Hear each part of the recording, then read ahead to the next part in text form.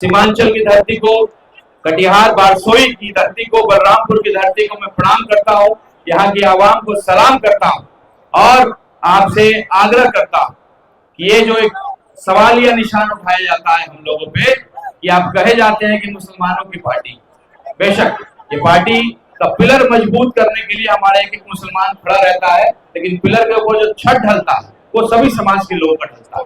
तो ये साबित करने का वक्त है कि 65% आबादी आपकी है और अगर जो पूरे बिहार में गुलामी की जंजीरों को तोड़ रहे हैं या तोड़ेंगे, इसका सबूत अगर देना है तो बलरामपुर की धरती को देना पड़ेगा। 65% की आबादी आपकी है तो गुलामी की जंजीरों की शुरुआत इसी धरती से होनी चाहिए। आप करेंगे ना इंसान?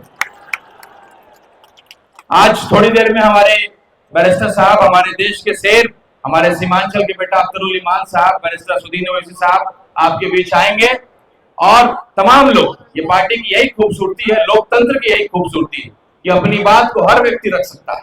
हर आदमी, कोई अपने नेता का आई लव बोलता है, कोई मोहम्मद का बोलता है, अपनी अपनी बात रखता है, लेकिन सबसे बड़ी बात है कि अनुशासन में रहते हुए कोई भी बात, चूंकि हम लोग सब लोग AIMIM के सिपाही, AIMIM अगर कह दे कि भाई हमको पानी पिलाना है कार्यकर्ताओं को, हमारे प्रदेश अध्यक्ष अक्सर कहते हैं कि भाई मैं भले 4 बार का विधायक हूं, लेकिन बैरिस्टर साहब अगर कह दे कि तुम्हारी जिम्मेदारी है कि सभी जूतों को व्यवस्थित करना है, टिकट और चुनाव तुमको नहीं लड़ना है, तो वो उनको कबूल होगा।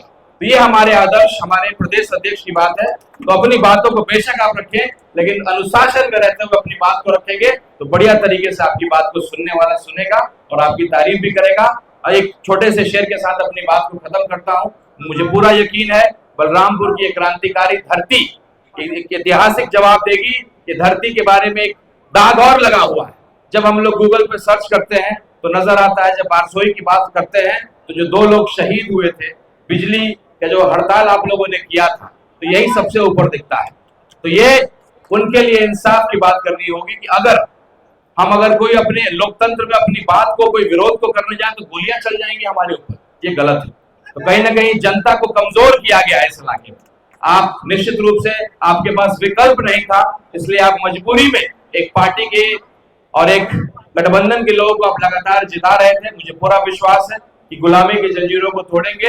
एक छोटे से शेर से अपनी बात को खत्म करता हूं कि मैं शून्य पे सवार हूं, मैं शून्य पे सवार हूं, बेअदब समय खुमार हूं, मैं शून्य पे सवार हूं, बेअदब समय खुमार हूं, अब मुश्किलों से क्या डरूं, मैं खुद कहर हजार हूं।